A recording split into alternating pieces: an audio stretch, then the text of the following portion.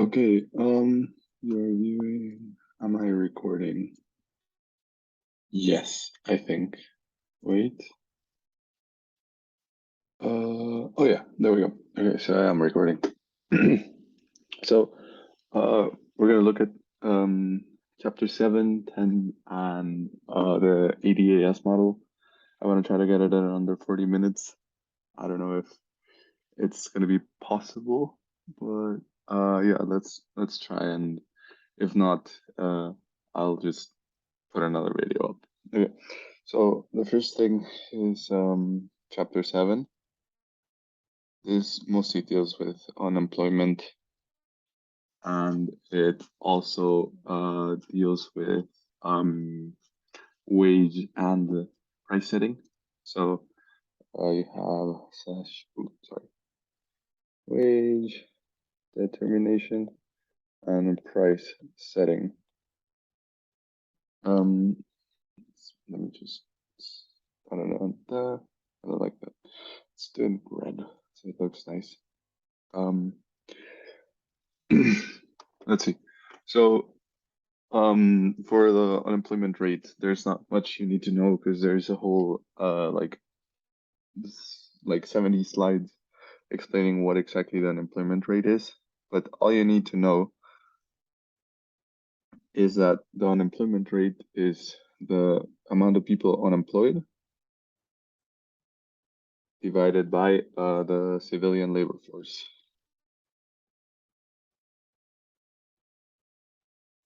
By civilian labor force, the book refers mostly to saying like people who are not institutionalized, so people not in like mental hospitals, people that are not in jail, or I'm pretty sure federal agents also don't count as part of the quote unquote civilian labor force, being as they're not civilians. There's not much else. You have your labor force participation. I'm just going to write the labor force participation rate. That's your labor force divided by your population available.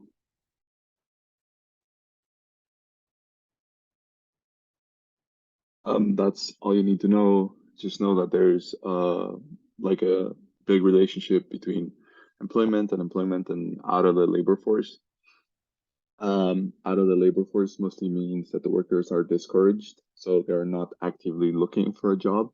But that does not necessarily mean they wouldn't take a job if they had the chance. So it does mean like the people that are out of the labor force means they're retired. No, that would count outside of your population available.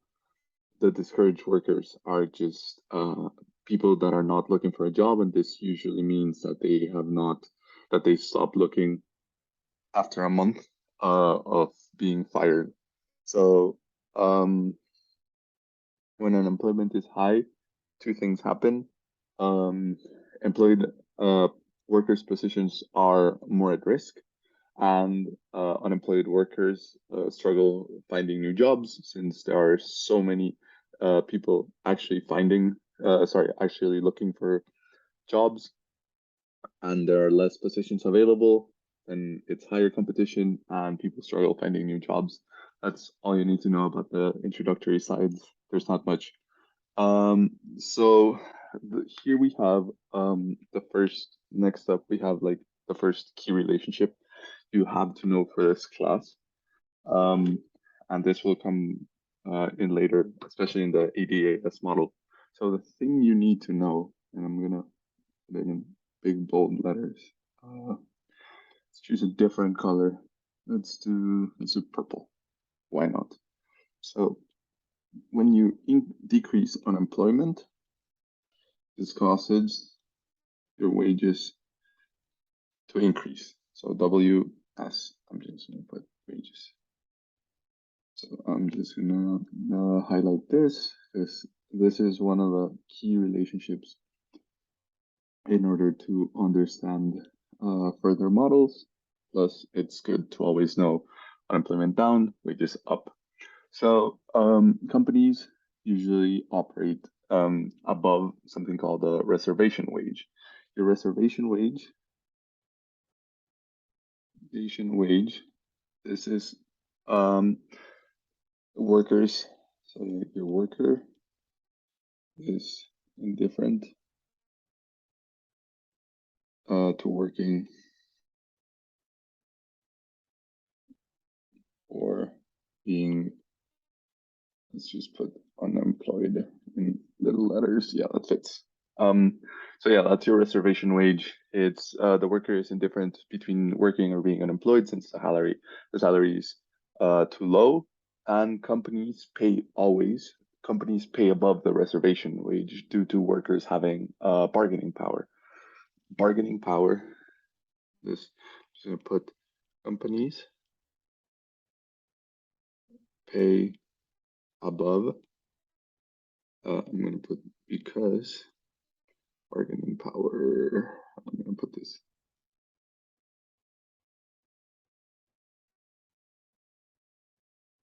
So companies pay above reservation wage due to unions having agreements with firms. Also, um, what gives a worker bargaining power is mostly in positions of higher skill. So, like, say, for example, you have like a crazy rocket engineer, he's gonna have a higher bargaining power than, say, like a janitor or something like that, because it's due to job specialization. Other things, so I'm just gonna write them here. I'm just gonna put here higher skill. You also have how the cost of an additional worker of let's put additional worker. This is a plus sign, or actually, I'm just gonna put I'm gonna put n. N usually stands for worker in the book, and this means n prime, which is marginal cost, due to it being the derivative. Uh, I think that makes sense. If it doesn't, I'm sorry. Where was I? And also how difficulty of the hand space. No, other. So if it's easy for a worker to just be like, yeah, like I don't want to work here. See ya. You can leave like this. It gives them a high bargaining power. And this ties into the whole efficiency wage theory. So I'm just gonna put efficiency wage theory. Um, it's literally just how much companies pay, firms pay, versus their actual efficiency of um N. N stands for labor or workers. So I'm just gonna put that here because honestly, that is not as key as other topics. Because here we enter the first like key topic in order to start looking into the further ADAS models or other things like that. So we have here wage setting. So the equation for wage setting, I'm gonna put formulas in green and then relationships in purple, so you guys don't get lost. So your wages uh, equal your price expected, and then a function, this being technology, I'm pretty sure. Just don't quote me on that one. And then you have unemployment, and then Z is a catch-all variable. Catch-all usually means the worker's bargaining power, so that's why. So I'll explain it in 1 second. So unemployment has a negative relationship with wages, which is what we saw here. They are inverses of each other.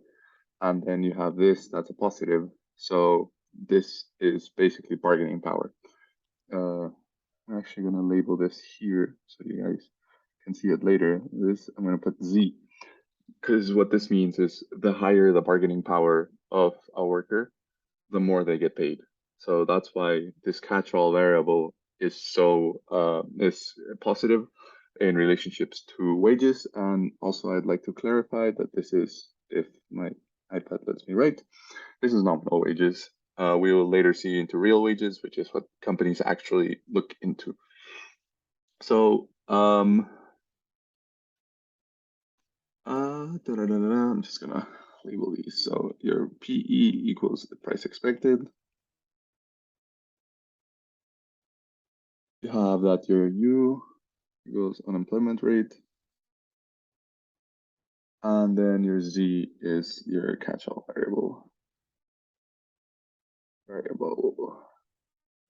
So again, as I explained, the Z is just like a bargaining power. So for example, you can have either like unemployment insurance. So this means like benefits to the workers, or say you have like employment protection. So if you fire somebody, you're gonna get charged. So companies are less likely to fire wages. And again, and that's all you have to know about the Z variable. So as you can see here, I label this nominal wages. So the real wage is equal to the nominal wage over, I need to move, over the, sorry, let's actually make this look good. Over the price of the output. So this ends up being W over P. And this is a formula. I'm just gonna put this like a bunch of arrows. That's a formula you guys are gonna use a lot further down the course. But right now, all you have to know is that this is your nominal wages, and companies always look at real wages. And here's another relationship you can look at. It's kind of an extension of the previous one. So the higher the unemployment, you have a decreased bargaining power. I'm gonna label it as PP, or you can also have decreasing wages, and this ties in with this being a negative relationship. Just gonna put this in a big box so you guys, because I'm pretty sure I'm gonna share this notes with the video so you guys can look at it later as well. So next up, so the determination of the AS part of the ADAS model, which we will look at further into this video if I have time. The ADAS is basically set by your aggregate demand and your aggregate supply. Right now, we're looking at how to determine aggregate supply. So that is aggregate supply, you both look at it through wage setting and price determination. So here, I'm gonna look at price determination. So here again, we have another formula. So Y is equal to AN. Y being output. You've seen this in other chapters. Y is always equal to output, and AN as this. This is your inputs, by the way, because to get an input, to get an output, you have to have inputs. This is also a production function, but that is because you're producing output. So you have A is your labor productivity, and you also have N, this time standing for unemployment. Which is weird. I don't like the book changing variables 24/7, but just have to roll with it. So then the book does this thing where they say basically if you hold a constant, holding a constant, so this means a equals 1 equals this will turn into y equals n, right? Y equals n. And the reason this happens, this basically means that the additional, that the marginal efficiency of each worker is equal to the marginal output of each worker. So what this basically is telling you, I'm just going to write it here. So what this means is basically one more worker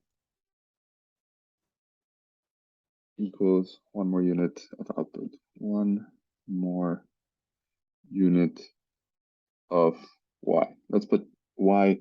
Again, this is what I don't understand about the book.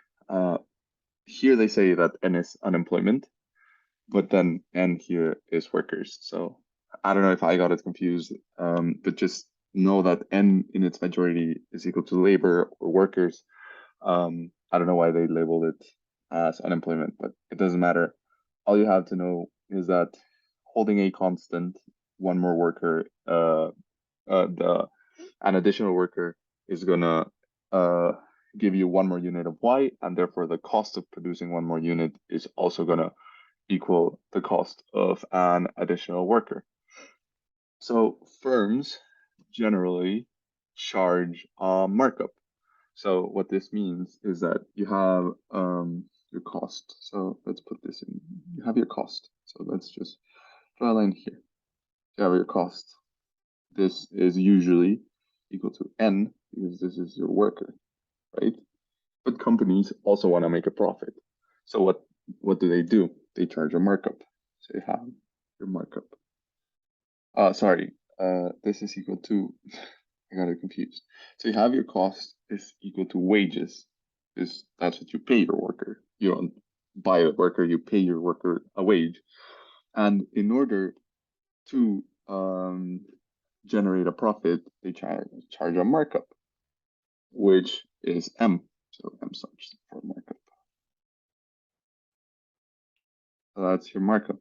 So after applying that, you have that the price is equal to, and this is, by the way, another very important formula because it's similar to this one in that they are the setters of aggregate supply. This ends up being the formula, W. So you have your markup and you multiply it by W. So this is basically what this looks like in like mathematical terms is that say you have a markup of 0.25. So you can do this two ways. So you can say your W is equal to 1. So you can say W times markup equals 1 times 0.25 is equal to 0.25. And then you say W plus your markup. This is equal to 1 plus 0.25, which equals to 1.25.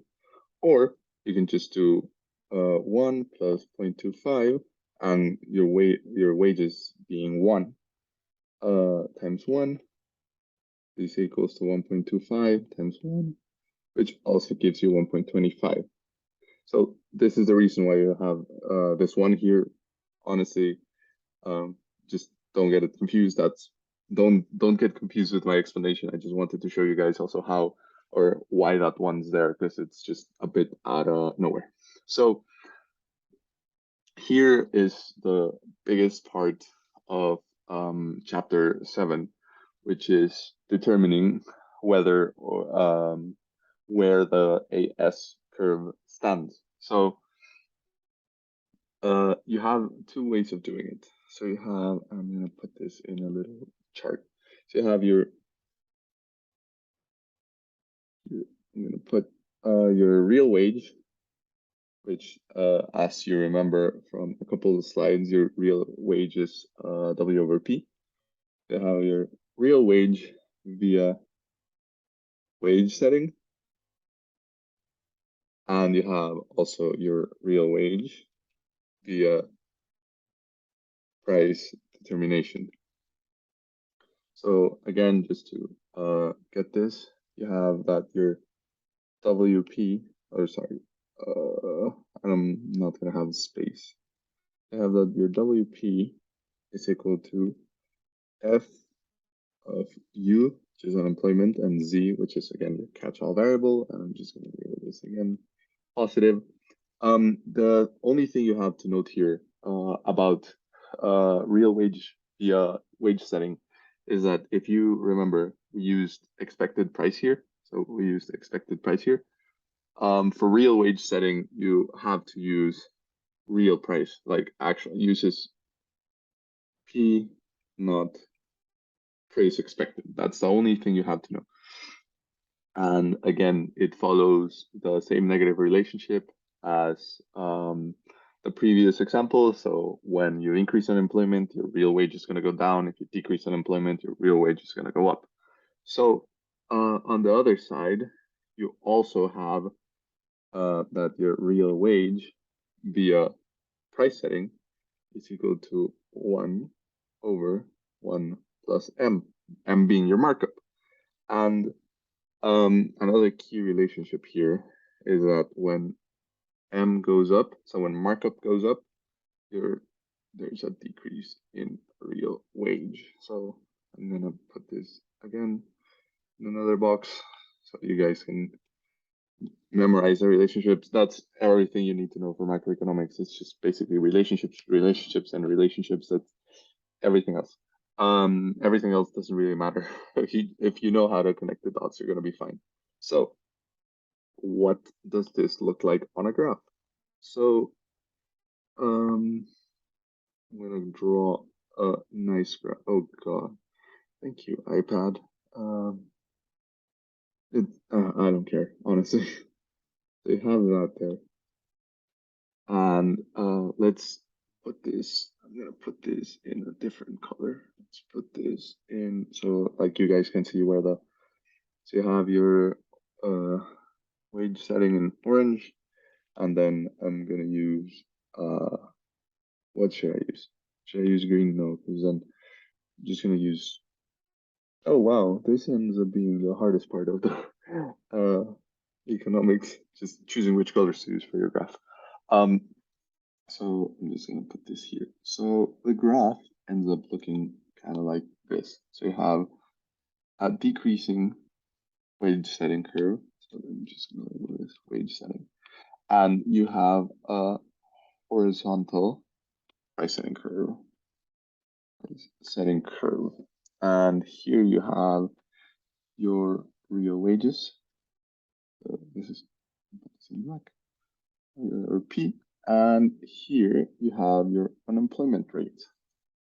So, and this, by the way, this PS is 1 over 1 plus m. This is your equilibrium. So this is your unemployment equilibrium. So one interesting thing to note here, why is real wage due to price setting horizontal? So this is something very important. So this is something you have to pay attention to. As you can see, price setting is just completely horizontal. Why is it horizontal? Why horizontal? This is because look at the formula. If you look at the formula, real wage via price setting is not determined by unemployment. So wage setting is you have it here. This is um that the real wage due to wage setting is affected by unemployment. And you can see the negative relationship there, that as unemployment increases, your real wage is going to go down. Price setting is only determined by markup. So no matter the rate of unemployment, no matter due to not affected by unemployment. So no matter where you are, so like say if your unemployment is here, your price setting is always going to be at the same level because it's never affected. So what exactly happens when you do end up shifting? And the shifters are not that uncomplicated. For wage setting is both unemployment rate and like the Z, the catch-all variable. And for price setting, it is again the markup. So here you have wage. So you have wage setting shifters. 15. Let's put, and here you have price setting. shifts. So, what time is it, by the way? Because I gotta eat. Okay. So the this will end up looking like this. So you have your horizontal PS, and you also have your downward sloping WS. So say, for example, suddenly all these guys decide to get like unemployment benefits, and you suddenly have to pay them $1 million. Like this is just like an exaggeration, but let's say you have to pay $1 million per worker fired. Yeah, that doesn't make sense. I'm sorry. Anyways, all you have to know is that, for example, we're gonna look at Z this time. So any increase in Z, so this is unemployment benefits, will cause subsequently an increase in unemployment. And this is another key relationship. So as you can see, the increase in Z causes your wage setting to go up. So this becomes WS prime. So you have your curve shifting. As you can see, your price stays the same. It's not affected by any of these variables, any of these. But what you can see, this is unemployment and this is real wage. As you can see, unemployment went from here to here. This is due to an increase in unemployment benefits. And same goes suddenly, like you can fire as many workers as you want, which decreases your unemployment benefits. It's going to decrease your unemployment because it's harder for firms to keep workers. I think that's the right way to put it. Don't quote me on that one precisely, please. Just focus on what's on the on the notes. So you have that there, and this is your price setting shifters. So you have your PS here. I'm setting shape mode. I have this here. So you have your price setting, your wage setting curve, and what happens here. So suddenly, say these companies decide to say, oh, there's an increase in markup. What happens? So, and by the way, I drew this at the wrong height. I'm sorry. I just realized stroke erasing. So let's delete this. So you have your PS here. PS. So you have your PS there, and suddenly say there's an increase in M. So these guys decided to increase their markups. So what happens? So since M is in the denominator of the fraction, any increase in M is gonna decrease your real wages. So you have PS prime. So what happens here? So this is your real wages, and this is your unemployment. So two things actually happen. Your real wage goes from here. Let's put it P, doesn't matter. And then this goes to P prime. So you have a decrease there. And also, this is unemployment. So you have an increase in unemployment. That's all you need to know. Those are, oh, sorry. Any increase in M increases your unemployment. And I'm just gonna highlight this in purple, so because it is a relationship you need to know. So let's put that there and there, and that is all you have to know about chapter 7.